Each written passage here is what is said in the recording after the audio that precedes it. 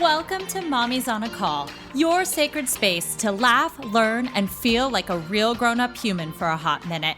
I'm Stephanie Uchima Carney, a mom of 3 under 6, serial entrepreneur, business strategist, and donut connoisseur, just trying to get through the day one cold cup of coffee at a time. I believe that with more intention, a positive mindset, and self-care, it is possible to thrive in motherhood, business, and life.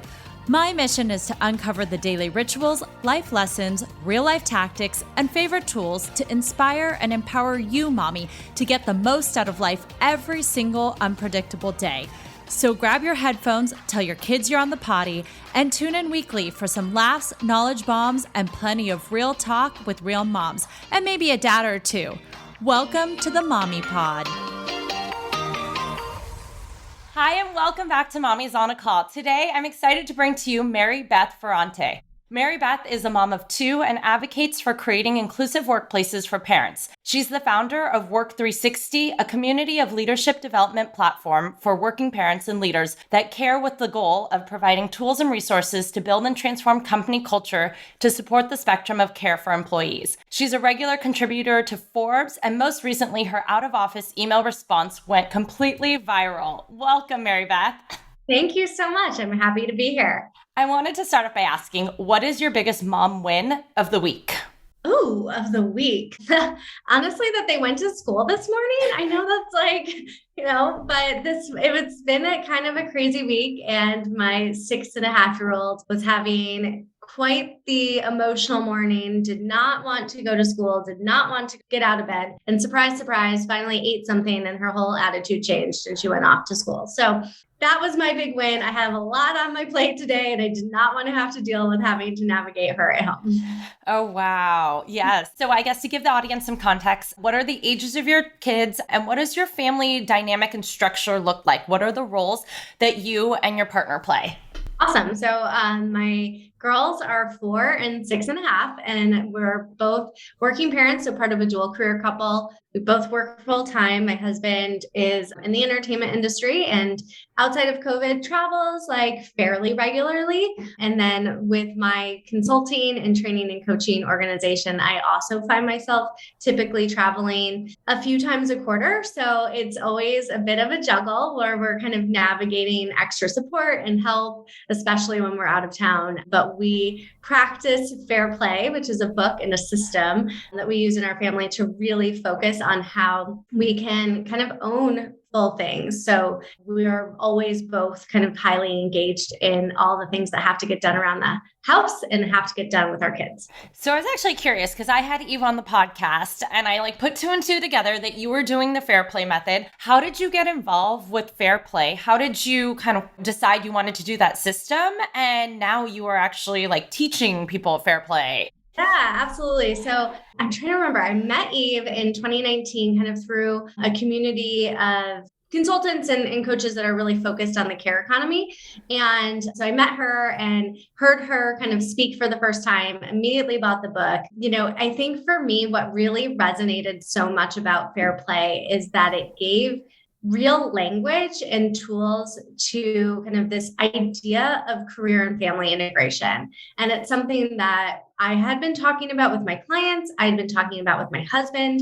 We felt like we were doing it really well, but fair play just took it that much further in giving us those really distinct roles and kind of taking a lot of the resentment or frustration out of the pseudo system we had before and really creating more structure. So I think especially I have a background in kind of organizational strategy and corporate strategy. And for me, this was it just makes sense. Hello, this totally makes sense. I can bring those same ideas into my home. I'm curious, how many cards did your husband hold in the very beginning?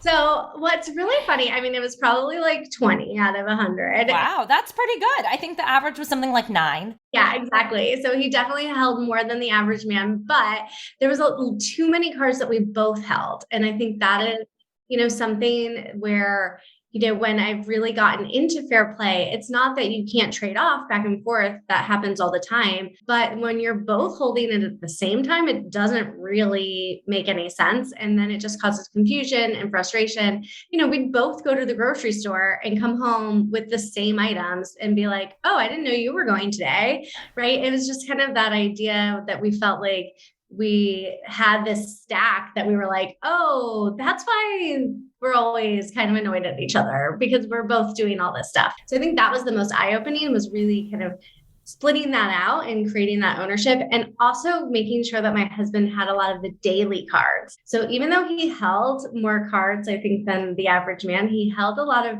what I would say are more like project-based cards, things like the taxes that come around annually, as opposed to, making lunches that happen daily. So that was a big shift for us too, was getting him to pick up some of those daily cards. What was the hardest card for you to give up? I was so ready to get rid of all of them that literally I was like, fine, take them all. I'm good. I think the hardest one that we do switch off on is just the morning routine. And, I do think there's a bias against moms that you are a reflection of how your children look in the morning. And so I'm much more thoughtful about kind of what their outfits are and making sure that their hair looks kind of at least brushed a little bit, right? And he is coming around to caring about those things. But I think initially it was just like, sure, whatever, they're out the door, they're clothed, they're clean, and that gets into the idea of what's that minimum standard of care and what do we agree upon? So I think that was one of the harder ones for me to give up. But pretty much aside from that, I'm ready to hand them all over. And I kind of have this mentality right now that he should be owning about 80 of the cars and I should own 20, because I was doing it for 6 years first. So until he holds 80 for 6 years, we're not even close to being ready to split these up. So we're not actually doing that, but that's how I'm kind of trying to. That's funny. Think about it for myself. Sometimes I do that, like the tit for tat, and I have to step back and be like, okay, no, it's okay. But so dual working parents, you have young kids, you have a 4 and a 6-year-old. Before we step back and talk about kind of, your pre-mom life and career, How do you manage the day-to-day right now? I mean, 2 young kids, 2 working parents. What does kind of your morning look like? What time do you wake up? How do you structure that in order for you guys to get to where you need to be? Yeah, it's really interesting because I was working a lot in the early morning. I would often get up and work from 6 to 7 and then kind of get the girls ready and kind of start our day. But at the beginning of this year, kind of midway through the fall, I really recognized that my younger daughter was really struggling with that, because she would wake up and I wasn't around. I was kind of holed up in my office, and it became really emotional for her. And so I actually changed things around, and it's been okay. And so now I only work really in the morning when I absolutely need to, and kind of give her that heads up that that's going to happen, as opposed to it being a regular thing, so that I am there when she's waking up, because she right now just needs that kind of closeness. Mommy time. Yeah, exactly. So that's been hard for me to actually give up, is that space to kind of bang out some emails and feel like I've gotten my day started. So now I really don't sit down to work until about 9:15, which is challenging. And I feel like I jump right into it. And so that's been really hard. I think the mornings are more getting into a system. My husband has the lunch card, which is amazing. So he makes the lunches. So he's kind of responsible for making the lunches and packing the book bags. And then I am responsible for getting them up, ready, dressed, teeth brush, food in their mouths, right? That kind of thing, and out the door. And then I do all the drop-offs in the morning. So it's definitely chaotic. It's never easy. It feels like a whirlwind every single day, but at least we have kind of our divide and conquer mentality. And it's working really well because we are both home right now. But I will say, when we're traveling, all bets are off. It's just kind of pure chaos. Yeah. And you had young kids when you probably were traveling, because that was a few years ago when we actually could travel. Did you have Work 360 at the time? What was your life kind of when the kids were little? And then when did you start your current company? And were you working full-time somewhere beforehand? Yeah, so I actually was in a corporate role during the birth of my first child and came back. That's really what was really the impetus of me leaving the corporate space, was coming back from my first maternity leave and really hitting that kind of maternal wall, so to speak, and feeling very unsupported and frustrated. But we did have full-time help. Well, yeah, full-time help kind of in our home. So we had our nanny. And when I first went back to work, I worked East Coast hours. So our nanny came at 7:15. So she would be there very early and can take the baby so that my husband could still get ready for work and get out the door. So we needed that kind of third set of hands really in our space all the time. The good thing was, or the nice thing was at least, that I was ending my day a little bit earlier. So, I was able to kind of be around for the evening, bath time, bedtime stuff, but I really did miss out on a lot of the morning. So that was really tough. What made you then, I guess, change and leave the corporate world? So I left really after a few things. I always want to caveat that if I loved my job, I would have stuck it with it, right? Like I just did not really care about corporate strategy anymore, shockingly, after the birth of my child. So, things were going well. I actually got promoted to SVP while I was on leave. So, it wasn't about not having a trajectory or options. But I think what I found is I came back into a team of all men. My team is all men, all my peers and my leaders. And really no recognition that my whole life had changed. So, I had a full slate of projects. Day one was working that first weekend, kind of working weekends very quickly, no space or recognition that I needed to be able to have time for my family. And my senior executive that kind of ran our group, he had his second child, did not tell anyone. And honestly, worked from home for a week, and that was it. And I was like, okay, so clearly that's how you expect people to show up, is to not even recognize that they have a family. And that was really the push for me to say, this isn't going to be a team or an organization that I want to be a part of anymore. And so, I decided to kind of start to build my own thing. And I was actually doing both for a while. So that was crazy because I also had a 4-month-old and a 6-month, 4 to 7 months where I was kind of doing both things. And then launched my first company, Live Work Lead, which was really working one-on-one with individuals and women in kind of career coaching and the leadership space. And then that has quickly changed over the years to recognize that we need more structural support. We need to be supporting managers and leaders and giving them tools, as well as giving individuals the tools and the resources that they need. And so we launched Work 360 in August of 2019. How did you also take that leap of, okay, I have a steady paycheck, I have that steady job, of then leaving in order to do your own thing? I know there's a lot of moms out there who, may have exited the workforce because of the pandemic and or are still in that job and now being, told to go back to the office. Maybe it's not a good alignment or fit, but are scared to leave and don't know how to set themselves up, but they might want to do their own thing. Their priorities have shifted. How did you, go about doing that? How did you set yourself up?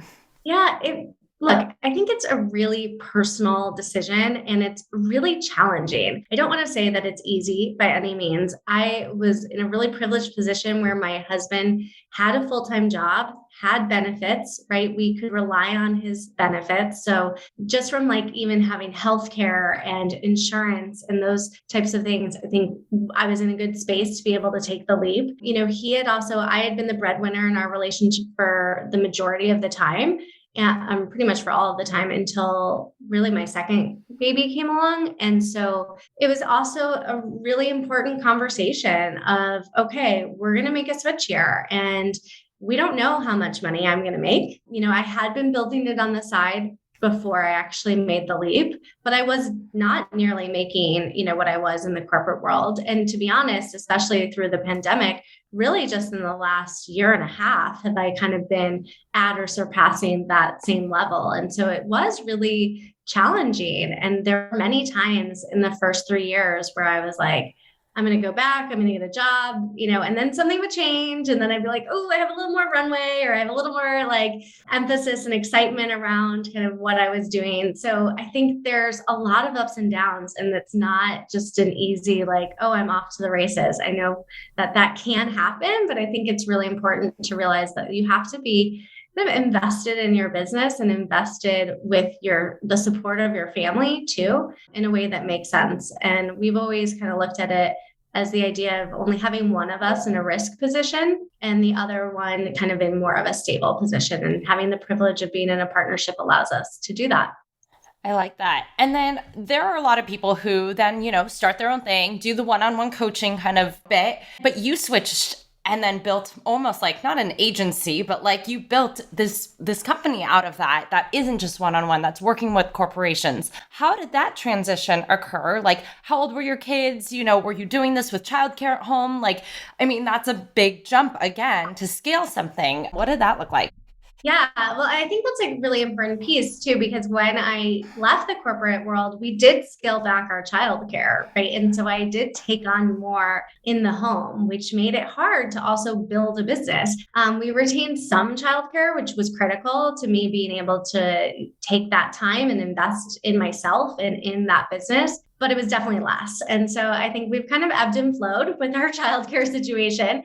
So the girls were really little still, 2 and 4, I guess, in 2019 when we launched WRK 360. I think coming from a corporate background and having kind of spent time in training and development and leadership development programs while I was in my corporate term or life, I very quickly realized that I didn't want to just focus on supporting individual women and individual moms, because while I think we need to, and we continue to do that, and we have programs that are designed specifically for working moms, I wanted the employer to have a stake in it.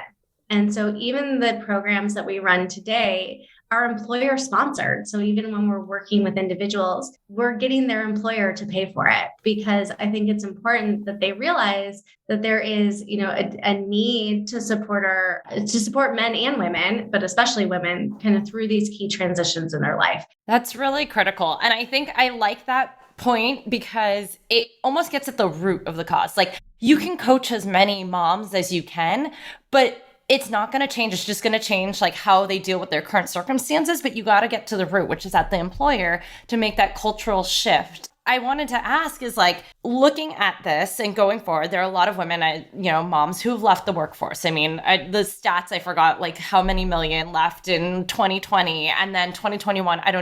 Yesterday I accidentally told someone that it was 2021 and I'm like, oh my gosh, I guess the year just didn't happen. It's 2022. Like, what is going on? How is it already March? So a lot of women left, stepped back, had to assume the position of childcare and everything and like running the household. But now the world is opening up. Everyone's kind of going back to things, but they're seeing it in a different light and they're seeing it as, a new opportunity. And on the like employer end, things have gotten really competitive because so many people have left, but like you need to have so many great benefits for people to want to go.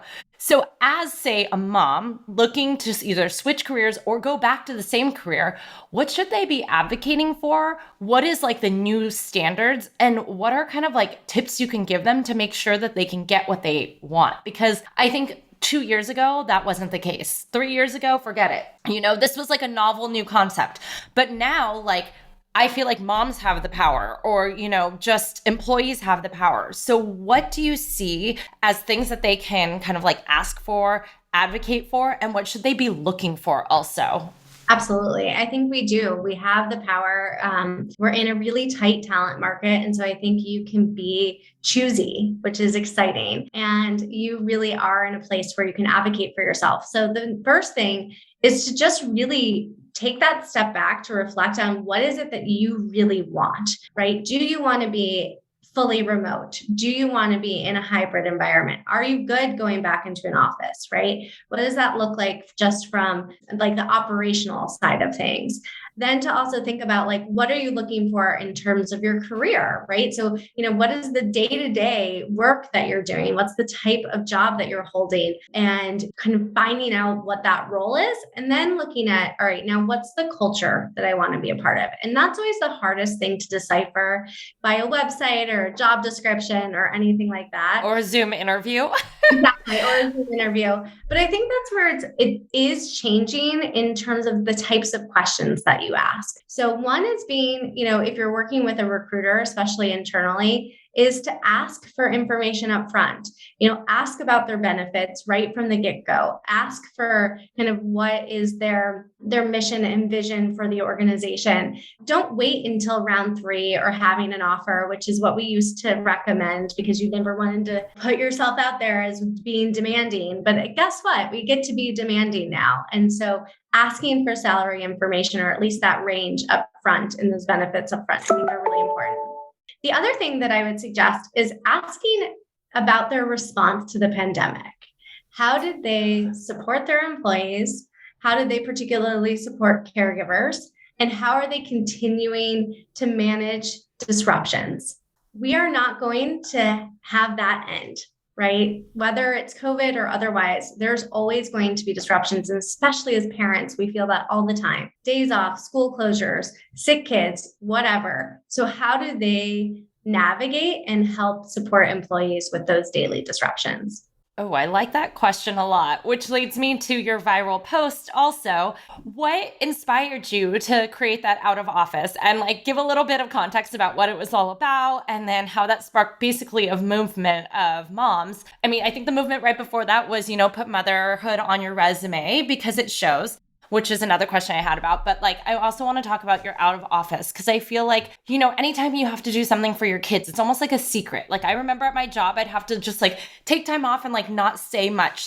God forbid you were to take your kid to the doctor in the middle of the day, or you needed to stay home because, XYZ, or even after maternity leave, you were just having a meltdown because you just couldn't handle being back. You just kind of put on a blank face and you suck it up. And I think, what's really interesting about that is I was sitting in a leadership conference. I think this was just after I had my first, or right around there. I might have been pregnant. And one of the very senior leaders, very senior female leaders in our organization actually said out loud in that conference, I'm sorry. I'm sorry that I haven't talked about being a mom throughout my career. And I have hidden it at every step of the way as I've grown in my career because I felt it was necessary. And I believe that secrecy has really caused us to be stagnant. And, yes, there are things that are definitely better than 20 years ago. But if you really look at the scheme of things, it's not much different, right? 20% of US employees have access to leave, which means 80% don't. And we haven't had that progress that I think many of us expected to have had in the last few decades. And I do believe that's a lot because we have been so secret and not felt comfortable modeling behavior and modeling the fact that we're parents and caregivers to the employees that are underneath us. So I think that's a huge aspect of it. So with this viral post, it really came out of necessity, right? It was January of 2022, which I think we all thought was going to be okay, we're ready to go. 2022, end of November, early December, cases were down. We were feeling good going into the holidays. And then everything blew up with Omicron.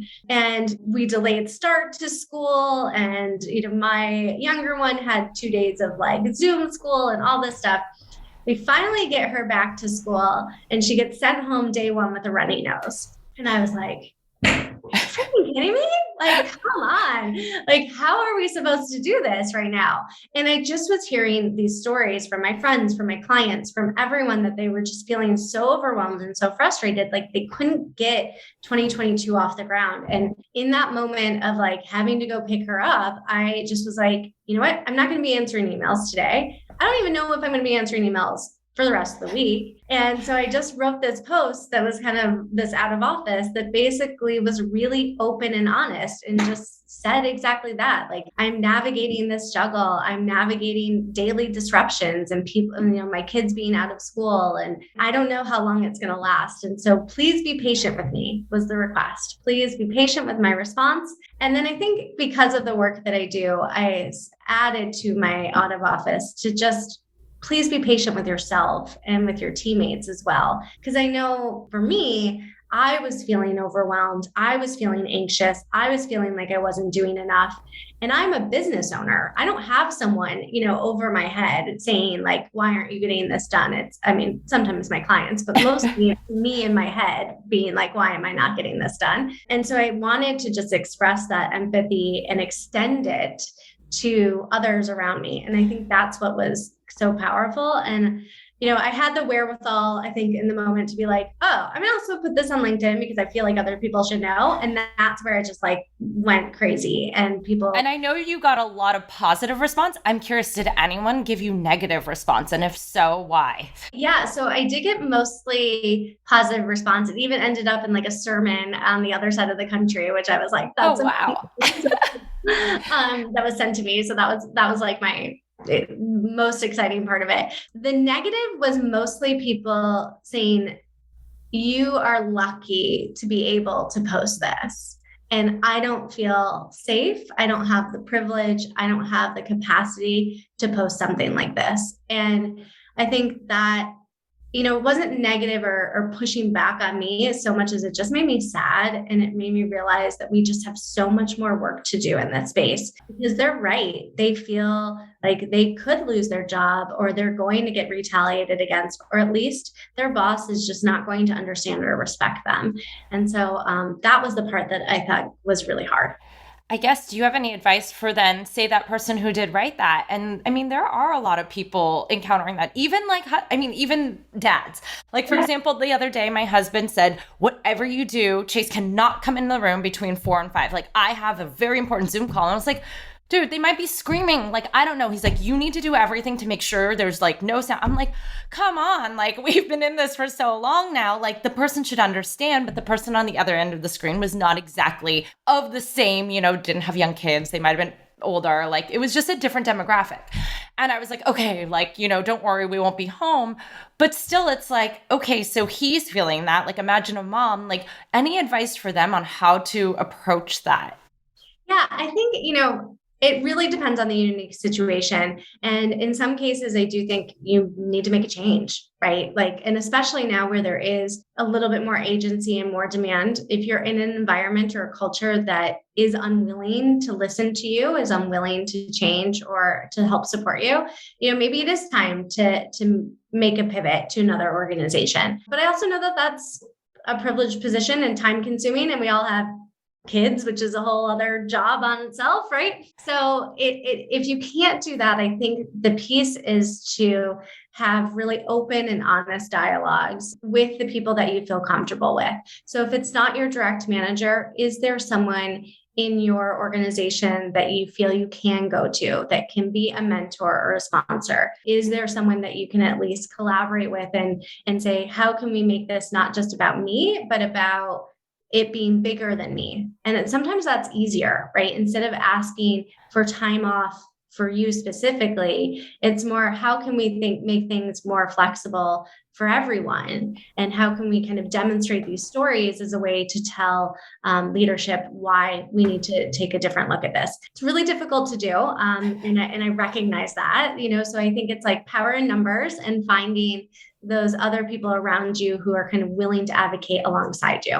I think that's also good advice for people going back to work because regardless, I know you gave advice for people who are looking for, say, a new job or like a new career. It's easier to advocate like, oh, I want this, this, and this. But when you're going back to your same role, the expectations are there. So I think that open communication is great. Now, on the flip side, though, companies. So it's really hard. Like now we have all of these people demanding things of us. Say you're a business owner. It costs money. A lot of these things are expensive. And so how do you go about that from the business owner point of view or the corporation, say you are a boss, even though, you may not be the owner of the company, you are someone else's, and they're asking you, how do you then become an effective leader in something like this when it's costing so much money? You may have already lost a lot of money because of the pandemic. Like there's all of these things, there's turnover. And so you're stressed. How can leaders kind of step forward in this space? I think that's such a great point. And I think the hardest thing for leaders I have found is for them to take the long view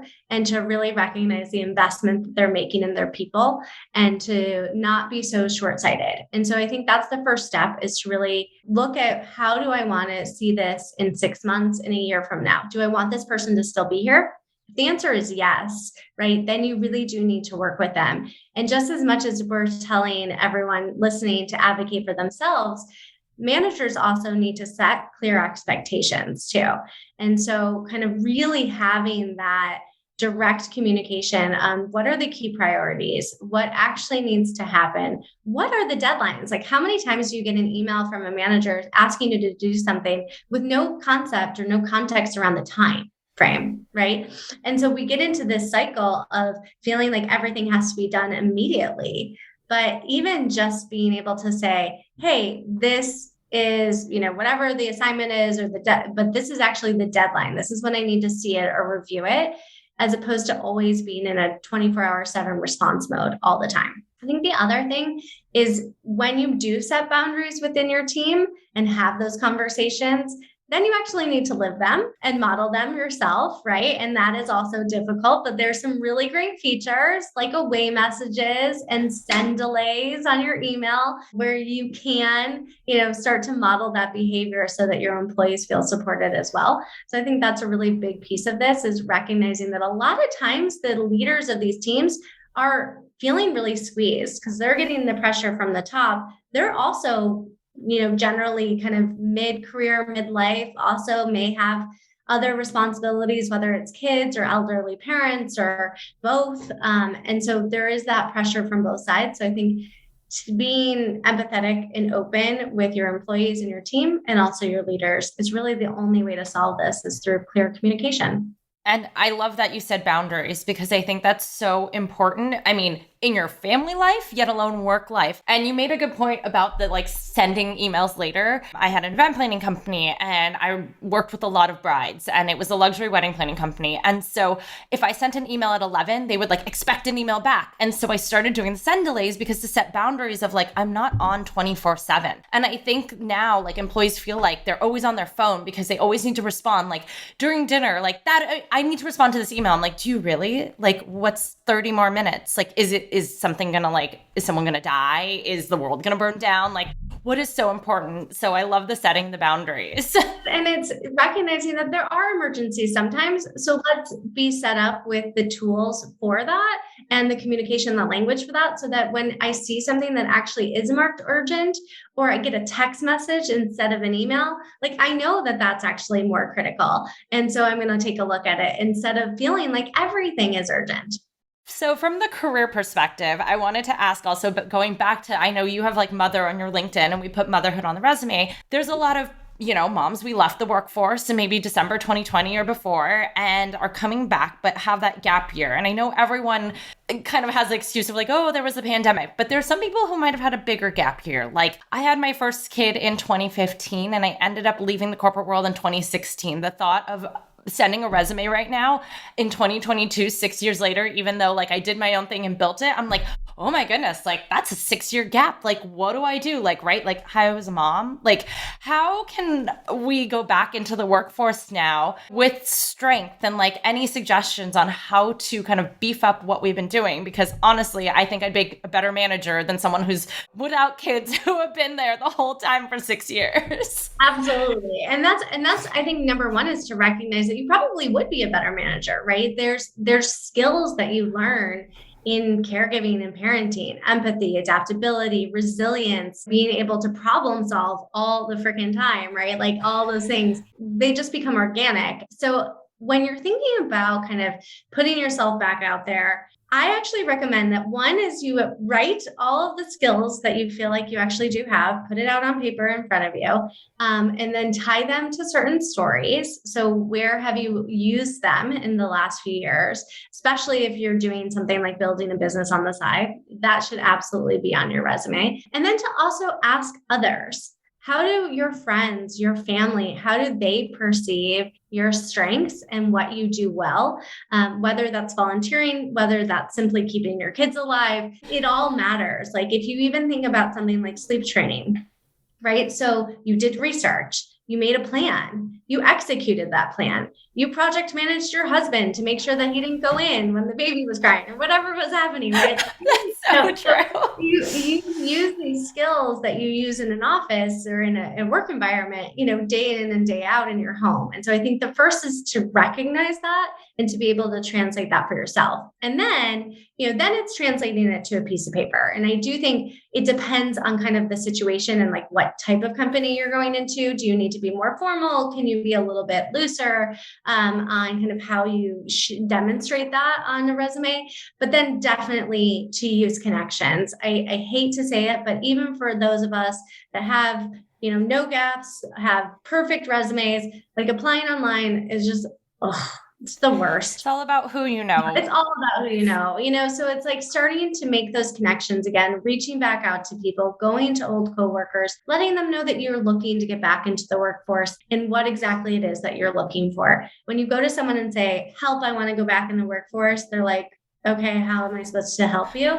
But if you go back in and say, hey, I'm looking for a role in sales leadership in the apparel space, and I'm looking for mid-sized companies, right? Like that's so much more specific and gives people actual guidance on what you're looking for. And you can ask for them to either give you advice, maybe make an introduction, or if it just so happens they have an opening to actually consider you for that role. But any of those things are great things to walk away with from any conversation you're having.